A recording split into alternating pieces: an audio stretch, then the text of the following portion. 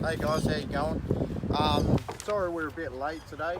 We'll get to that in a minute, but this is Gary Penhall from Adelaide, and we've been really lucky to have Gary come on the show and open up about his story and share with us his experiences, with ice and that sort of thing. But we're a bit late to start today.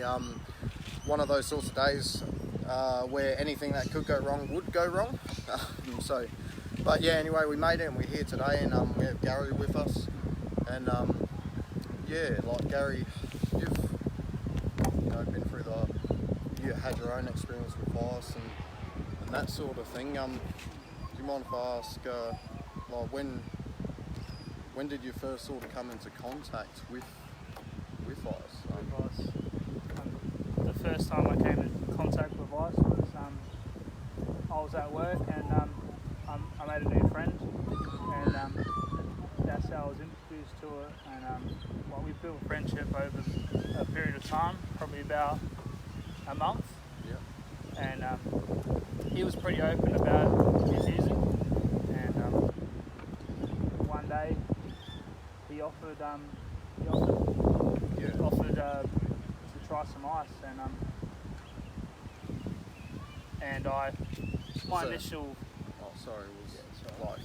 He offered you a pipe? He offered me a pipe of ice, and I was pretty. Did you know really what it was at the time? Or? I did, because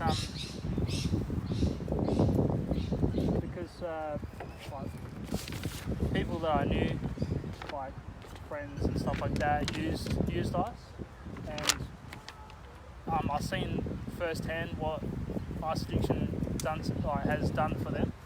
Yeah. And they resorted to crime and other stuff like that in their addiction. And my family said not to use ice. Sorry to pause you, but can we from the moment that you were offered ice and that sort of thing, what environment sort of thing, because you guys work together, but what sort of environment did how did the offer sort of happen? Yeah. Well, I was curious about it as well, about using ice. Because you heard about it? Because I was just wanting to experiment, but I was scared to use ice because I thought that it might kill me if I was to use ice or any other harder drugs. And I thought to myself, I'll try it once and see what happens. And it was offered to me in a secret location, away from other employees and stuff like that. And that's the first time I tried it. And I tried it, and nothing happened to me apart from the effects of ice. And as soon as I broke down that wall of trying it and using it, I thought it was nothing. Well, I didn't think anything bad of it. Yeah. And how,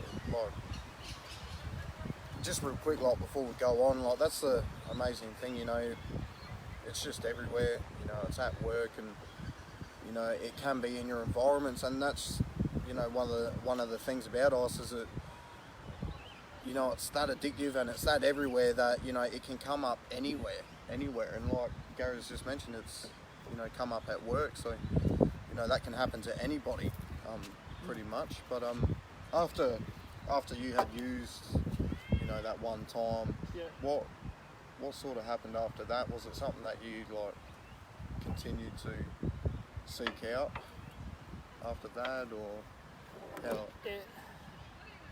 Well, what happened was, later on I found out that he was using every day, and he would use every day frequently, and he would just pass it to me, and I would have a couple of puffs here and there during work, and I thought nothing of it. You felt. I felt safe. Like it felt okay, and I did I did that for a while. Yeah. And I didn't actually until I first bought it, and that was probably a month later. Yeah. And that's the first time I bought. And that was the start of it. Yeah. Yeah, it was the start of it. Yeah. Yeah. And what sort of, like, because obviously, like at the start when you first start using, because it's a drug that manipulates your mind and releases dopamine and all these things. The first time you do it, the second time, your first experience with ice, appears as good. And that's when I think you begin to sort of loving it. Trust it. Yeah. Trust it. Yeah. Yeah. Like, feel comfortable with it. Yeah. Especially someone you work with, someone you probably looked up to at the time as well was. I did, yeah. Because he became a friend, and he also helped teach me how to do my job as well. And he was a successful tradesman in my trade, and I did look up to him.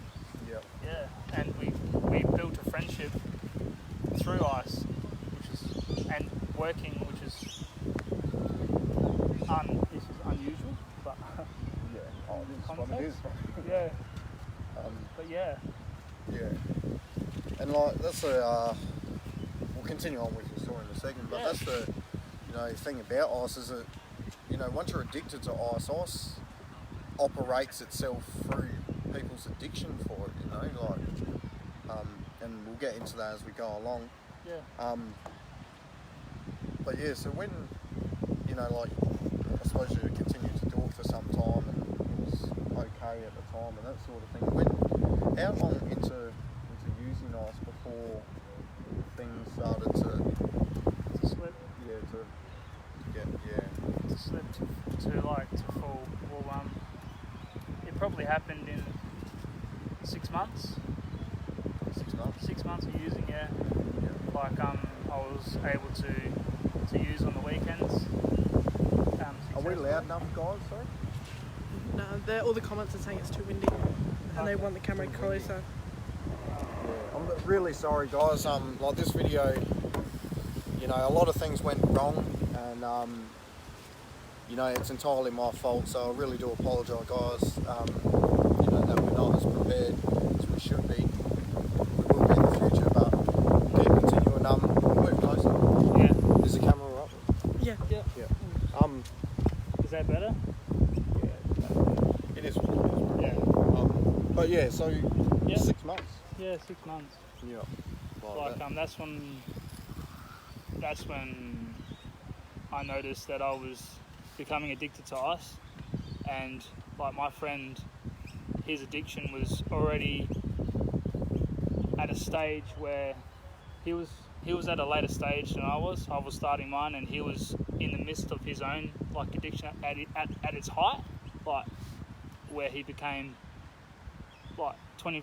He became dependent on ice, on using ice. If you don't mind me asking, did you see him slip as well? I did.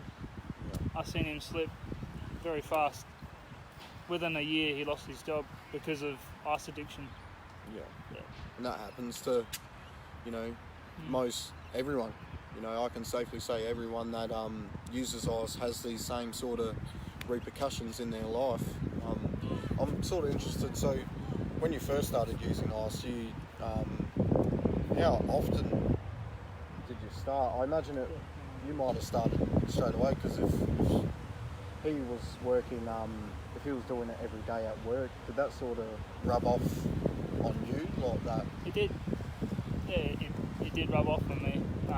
The way he used, and the way he used as well. So like, it was like hard and fast. Like, do a lot of ice in a short amount of period of time. And I didn't.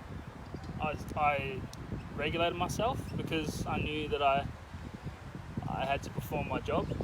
Yeah. That was always in the back of my mind, because I knew what ice addiction addiction has done to other people, like family, friends and stuff like that. So I knew that I didn't want to be addicted So to it. you kind of had an idea that this drug was bad, but Yeah. you know, still lured you. Still lured me in, yeah. It's the high that lured me in. You know, obviously it's everyone else would agree, you know, like it's what draws everyone to it is the high. I'd like to That's all I really focused on was the high. yeah, Yeah. and then, As you do. yeah, as you do. Yeah. And next thing you know, Yeah. you know, you could be anywhere, mental hospitals, prisons, you know, death and the rest of it. Yeah. But yeah, like that's what I'd like to get into now. So Yeah. you've seen your start, but when things started to slip, like how, you know, like the destruction that it caused, I'd really like to, you know, get into that if we could. Yeah, sure. Well, within 6 months to a year, my performance working slipped dramatically, and like my supervisors and my boss were concerned about it, Yeah. and it brought to my attention that there is a problem, but I ignored it and I just kept working through it Yeah. and used more to function. Yeah. Can I ask, like, how, you know, in your use you would have been, you know, probably staying up a lot and Yeah. things like this. Can I ask, like, with emotionally and like with your mindset, like what, you know, what sort of happens, like in terms of those sorts of? My mindset. Well, I only ask because I Yeah. know when I started when I started using, I was staying awake for long periods of time and that sort of thing, and I was over time of using and that sort of stuff, I started to really experience and think really weird things. You know, staying awake, I found I was always irritable, and because I was irritable, I wouldn't treat my family right, I wouldn't treat, you know, people at work right, and yeah. you know, it sort of led me to make a lot of bad decisions because I hadn't slept. So I just, you know, that I just wanted to know what sort of like thoughts. My experience and my mindset. Well, for me, I managed to sleep somewhat, and it had a positive effect on me for a long time because I regulated my using to the weekends and then sometimes during the week, Yeah. so I could have a break. I don't know why. But like I seen my friend, my work colleague, spiral out of control and lose his house, his kids, his family, within the first year of me working at the company. Yeah. Yeah, at the new In company. 1 year. In 1 year, yeah. And what, yeah. So like I managed to my mind state was good. I felt like lots of confidence. Yeah. I felt like I could do anything I wanted to. I felt like I was more like in tune, like more intelligent. And this is what kept you way. using. That's what kept me using was the confidence and the ego, because it really inflates your ego like 10 times fold, you know. Yeah. Like and that carried on for a lot of years, like for at least 5 years, like that, in that using cycle. And but then as I continued to use, the positive effects that I had using ice disappeared, and it became more of a problem than helping me. Yeah. Yeah. What I found I had the same sort of thing. You know, I felt really confident and all these other sorts of things. But then, just as you said, you know, that starts to fade away and disappear. But you know, you still cling on to feeling good. You do. You know, and that's what you're really trying to chase. But you just can't seem to get it again, you know, after a certain point. But Yeah. what? So what happened? You know, like what happened when it did start to disappear and you did start realising that it was an issue? I tried to take a break and try to not use, but in the same token, I thought it was still still helping me do my job, like to a high extent, which is, in hindsight, it's not true at all. I was actually blinded by it, you know, by the ego, you know, and all the made up like beliefs that I had about ice. Really, I was really blind, you know, like from the outside looking in,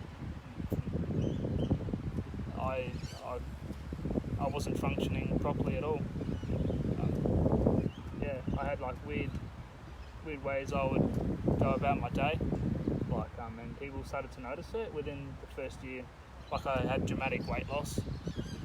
That's one of the effects, and also my attitude and the way I communicated with people as well. Yeah. Was that like egotistical? Because I found, in my experience, you know, I got really egotistical and I treated people, you know, not really well myself. I treated people with respect and treated them well, but like I just had it was all like on the inside, just the ego-driven, like work-orientated sort of stuff, like sort of the way I operated, the way I went about my business. Yeah. But like the further I got into my ice addiction and the more I used, the more, you know, negative side effects would happen. And with my supervisor, you know, like the way he would, like the way I would treat him and the way he would treat me, because he knew that he knew about my friend who used. He knew that he was using ice, and he knew that because I hanged around him that I was using ice as well. Yeah. So that gave him a negative stigma towards me. Yeah. About using ice, because it's not something. I understand exactly what you're saying. Not something you'd use. Yeah. I think that's the thing as well. Is like when someone does use ice, and you know, it can be really difficult to get through to them and that sort of thing. And when I was using ice, you know, some people, you know, knew about it, and I found how they treated me sort of maybe pushed me towards using ice a bit more. Yeah. You know, it's just like, you know, ice makes a mess of things, and what we're trying to clear it up. That's what, you know, this is what the Australian Anti-Ice Campaign is about, and speaking about this sort of topic is about, you know. And I just really want to take the time to apologise again that I'm really sorry that I wasn't able to organise this video appropriately with the, you know, right space and that sort of thing. And also, you know, there are a lot of sponsors out there that help the Anti-Ice Campaign with the clothing brand Neo and things like that. I'll apologise to you guys for not being prepared, but you know, like, we're so appreciative of the work, of the donations and what you do to help us, you know, fight this drug. But yeah, going back into it. Sorry for swapping and changing on you, bro. That's okay. So what, when the good effects started to wear off, and you know, it started to go downhill, what was a catalyst for you to sort of, you know, like, what happened? How did you get clean? What made you want to get clean? Okay. Well, I continued to use for the next 2 more years, and my using got bigger. I had to use more to achieve the same high, to achieve the same effects, and it really did it did slow me down. Like It would have been expensive. it was expensive, yeah, and eventually I couldn't do my job.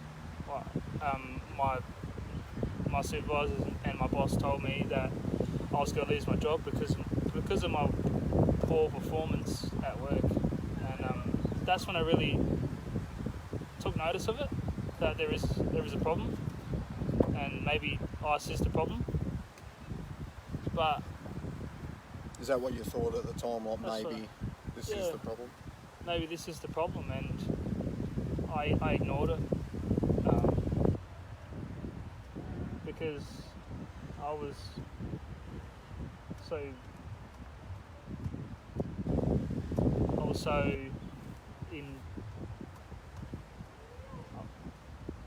involved with ice and the positive effects, even though that it was causing negative effects on my life. All I wanted to do was to get high. Just wanted to feel confident and feel okay. Yeah, feel okay and feel like out of my own skin and be someone else, like be this superhuman person who could do anything. And I was blinded by that, and eventually I used so much in the end that I went into psychosis. And I remember being in psychosis and thinking that this is not going to end, this is not going to stop, and I wanted it to stop, and I tried to, and I used other drugs to try to stop using ice, and it always led me back to using ice, within a very short period of time, because that was my drug of choice, was ice. Yep. And eventually, like, my family knew about my ice usage, and I was told that there was a NA meeting, and that I should go to it because I need help. Did you know what that was? At the time, no, I didn't know what it was, and what is that? If you don't mind. yeah, For people that don't know what NA is. NA is Narcotics Anonymous, and it's a worldwide organisation that runs meetings every day of the week, all over South Australia, all over the world, and yeah. that's a really good tool. We talk about having a tripod of support, and NA is a really good fellowship of recovered addicts that you can sort of go to, and that can, in the tripod of support, that can take one space. That can give you one space of support when you're recovering and trying to stay clean. Yeah, and trying to stay clean, and nice, yeah. It's one step at a time, isn't It is. it? It's not it's really hard to get clean just like that sometimes, and just taking small steps, have a tripod of support, prepare to be clean, and all these sorts of things. But so you heard about NA? Yeah, I did. And I decided to go, and my first initial thought of NA was it wasn't for me, and I went away and used again, and I probably used for another 2 years. Yeah.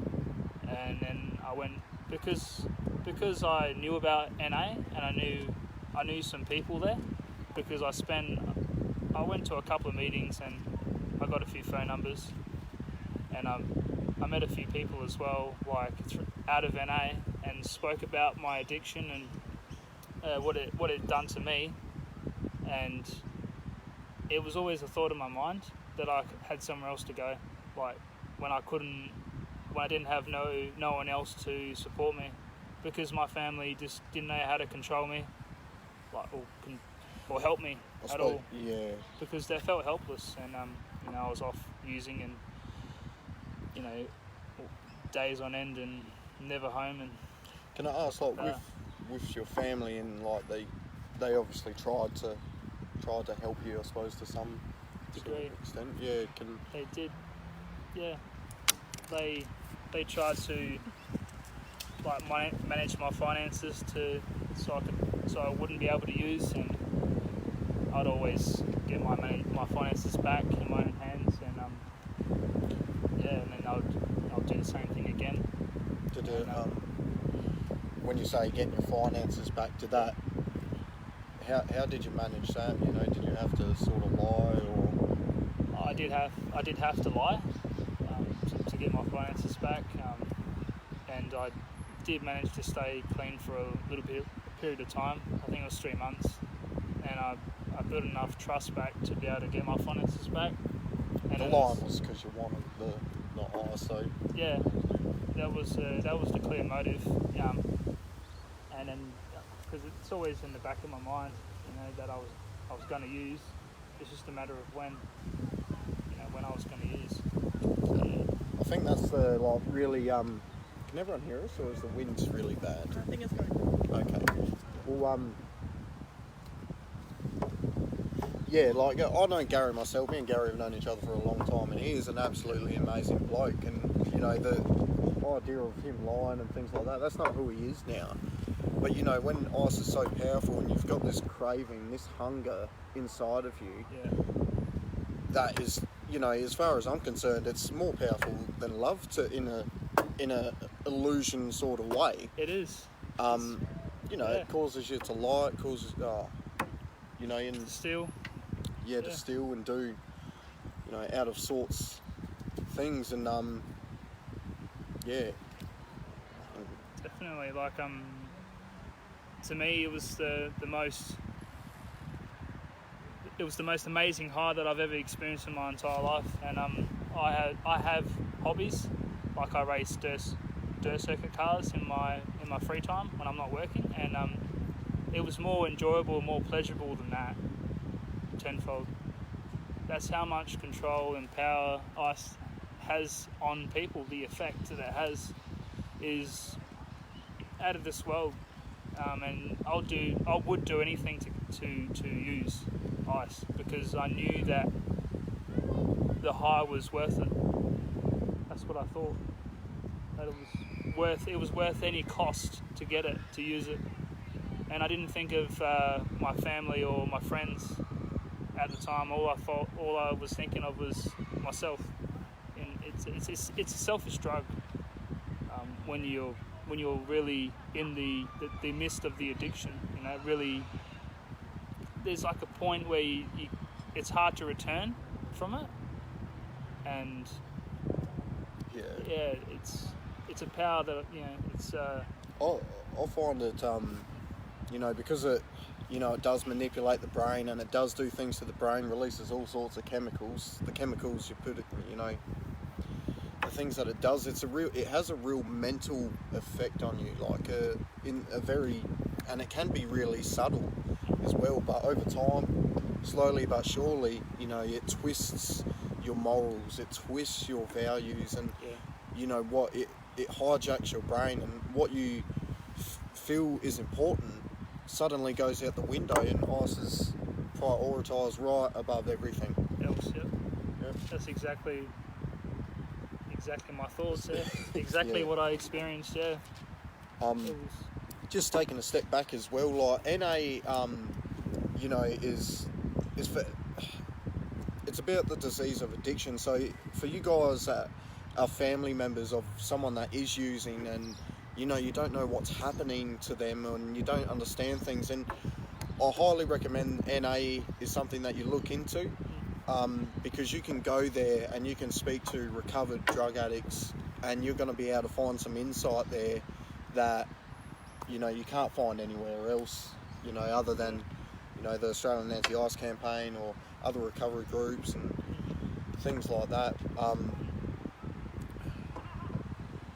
So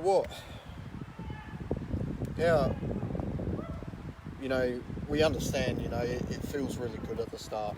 Yeah. But I really want to talk about like the chaos that does come. How would you describe the downfall of that drug? The downfall, like as in The slip and the slip and all that. It's unorganised chaos. I couldn't function without using, and it just became overwhelming. Like it became overwhelming when I was, slipping in my ice addiction and spiraling out of control and spiraling down, and I just wanted to escape. As much as I was spiraling out of control. I just wanted to escape that, and that's how I found NA. I was introduced to NA, and that's when I knew that there's a way out. Yeah. For me, yeah. And I think that's so it was through NA, it was through support that Gary was able to get clean. That's how I also got clean as well. And that's the biggest thing is the tripod of support for people that are using is developing that tripod of support. You can have NA in one spot, you can have a drug and alcohol counsellor in another spot, you can have the campaign in another spot. We do buddy systems and things like that. We can get in contact with us and we can walk you through recovery and putting all these tools into action. And I suppose another thing is you want to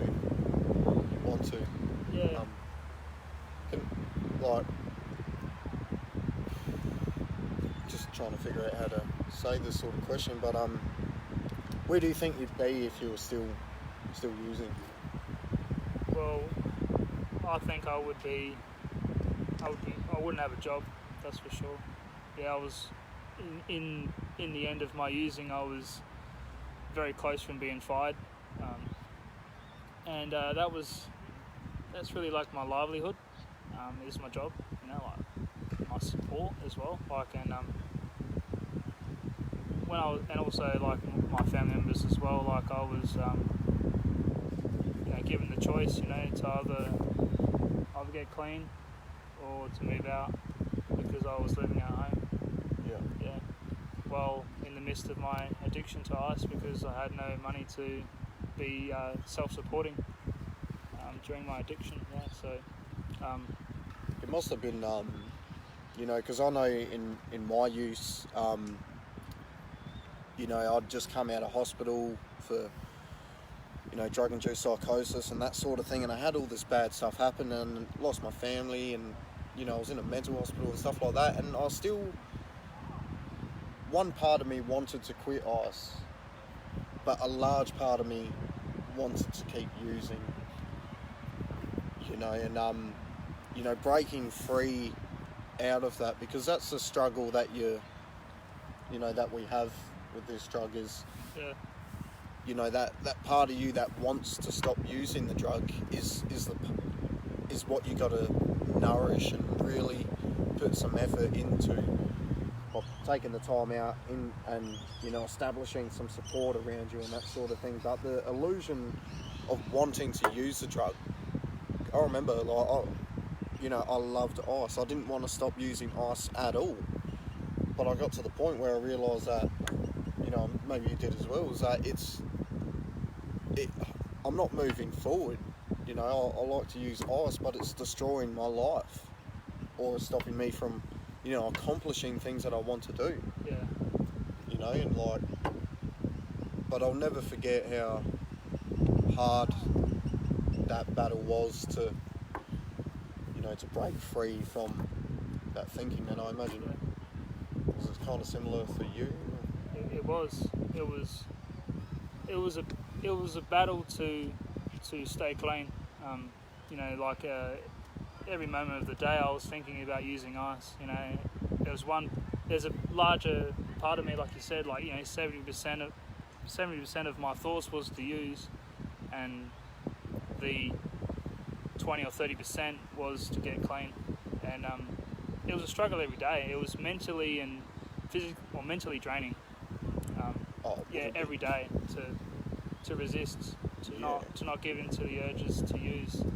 As much as I wanted to, I realised I can't use because it was ruining my life as well. Like I had a job and I had money coming in and all that sort of stuff, but every other aspect of my life was nothing. I didn't have my hobbies. My all my hobbies and all the fun times that I would have was gone.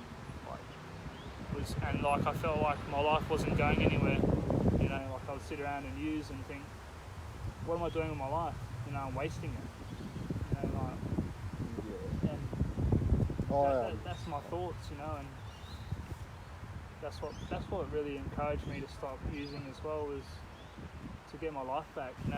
To enjoy it, because in the end I wasn't enjoying my life as much as I could. I know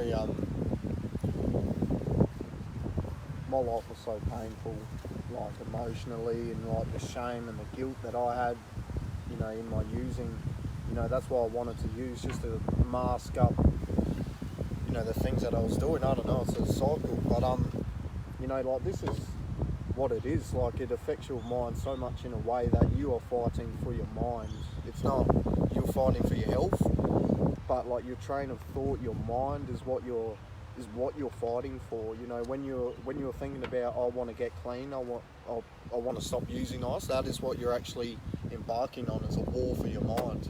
It is. And for Gary and myself, like 5 years or longer, 7 years or longer of using ice, creates a pattern in your head, a habit in your head. And then not only that, ice has such a massive release of endorphins and happiness behind it. You've got this habit that has such a heavy reward system, deeply embedding it into your minds. Like, this is, you got to fight for your mind, because this drug is hijacking you, and you deserve a lot more. You're a lot more beautiful, and you deserve a lot more than what you may believe that you do at this point. I highly recommend to reach out, and as you can tell, like, you're not alone, guys.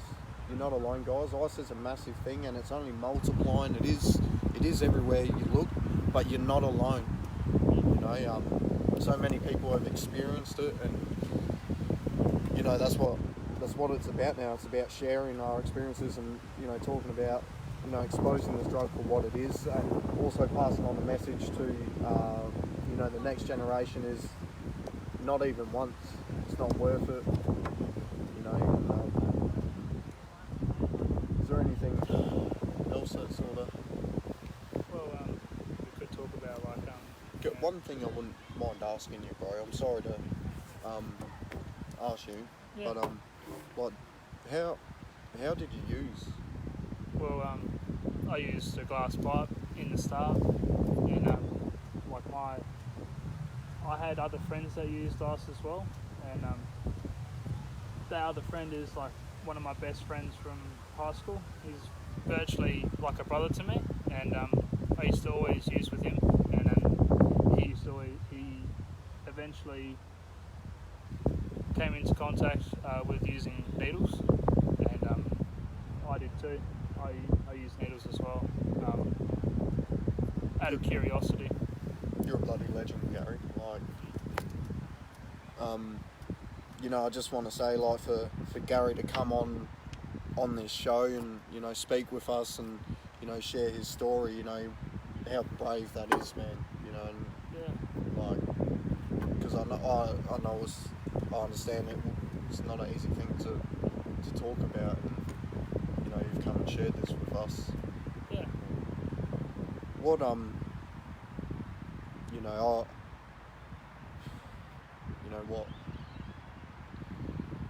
it's caused you to use needles.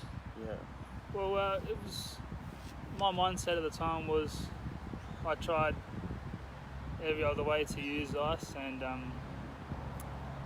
I was told about the experience of using needles, and the experience of the high is more better. is different, and it's like 10 times better than using a pipe. And I was enticed by the high, and obviously I wanted to get higher. Yeah. So that was the next step, which was virtually. That next step is like crossing the line, and it is crossing the line. But like, because my morals were affected by it, I didn't care about it. Didn't care about what other people thought about it, and I just did it. You know, like it's pretty foolish, but at the time I thought it was okay. You know, It is what it is, bro. yeah, it is what it is. Yeah. I imagine like when you you're probably really hesitant at using a needle at first, Yeah. but then It's a scary thing. it persuaded you over time. Yeah, it did.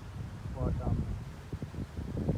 it was like I slowly introduced it to myself to make myself comfortable around it, and then it became acceptable. And it became normal. Yeah. You know. You start like justifying to yourself that this is okay. Yeah. Because I suppose how I used to look at it was like, I don't know, like I deserve to do ice, I'll work and like do things for the kids. I deserve to do this, but and then you persuade yourself that it's next thing you know you're using a needle, like, and it's not. That's just what happens. That's exactly right. Yeah. Like It's I like never would have guessed you to have used needles, but yeah. Well, there's a few people that I knew in the same circle that I was hanging around with that were using needles, and those sort of people were normal working class citizens, like that have jobs and have kids and have a life, circled around using ice, which is, there is a majority of people in our population that do use ice and have a social life and work. It's a very small percentage, but there is people out there that can do it. yeah. And it's a bit of an eye opener. Like your typical stereotype, addict, that's on movies and on television. It is real, but there is also functioning addicts as well that manage to live in society under the radar, using. So I think that's like the movies make it stereotypical and stuff like that, but ice is that common, and it's every day it's available. It's definitely available, and it's when it persuades you, and once it's got you, and then you start spreading the drug, yourself, like make you do some really stupid stuff, it'll make you do the most, immoral things, and you'll justify it in your own mind that it's okay, and then it becomes a reinforcement every time that you do it. It further reinforces it, and then you continue down that path of destruction, that it causes, It's it can be like really difficult, guys, because a lot of people view this, and some people are going to be addicts. Some of you guys are family members of people using, and things like that, and the biggest thing when it comes to ice addiction is connection. Like being connected to the campaign, and being connected to recovery, and just being creating a culture around recovery, is what we can do, and the biggest thing of it all is when it comes to ice, it's just one big bloody roller coaster. It is. You're going up, you're going up, you're going up, and then you come to the scary part when you're going down. Yeah. And it's like it's a fight for life, really. You know, like it's a fight for freedom. You know, like coming out of ice addiction, like it's like being locked in a prison in your own mind when you're in the midst of the height of the addiction, and even coming down, you feel imprisoned.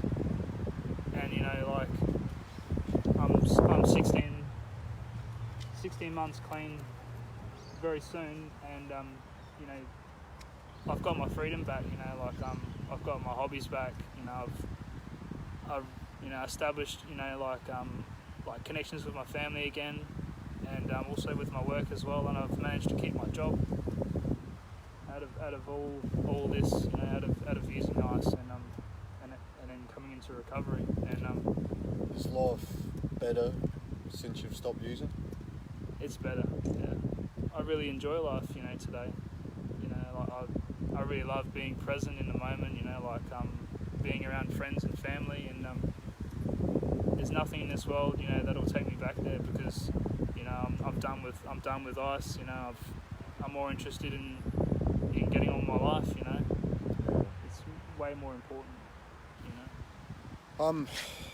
I think that's probably about it for us tonight, guys. I do really want to apologise. I've been very unorganised today, and like for our sponsors and for those of you guys that do help us out, I was just really unorganised today, and I really wanted to mention you guys name for name, and the businesses that have taken the time out to help us and, you know, committed to us in helping stop this drug. I truly do apologise, you know, and it won't happen again, you know. And to everyone, I hope you enjoyed it. You know, we've had Gary here, who's been, you know, thank you so much for coming on, bro. That's right. And, you know, helping us break down, you know, the stigma of drug addiction.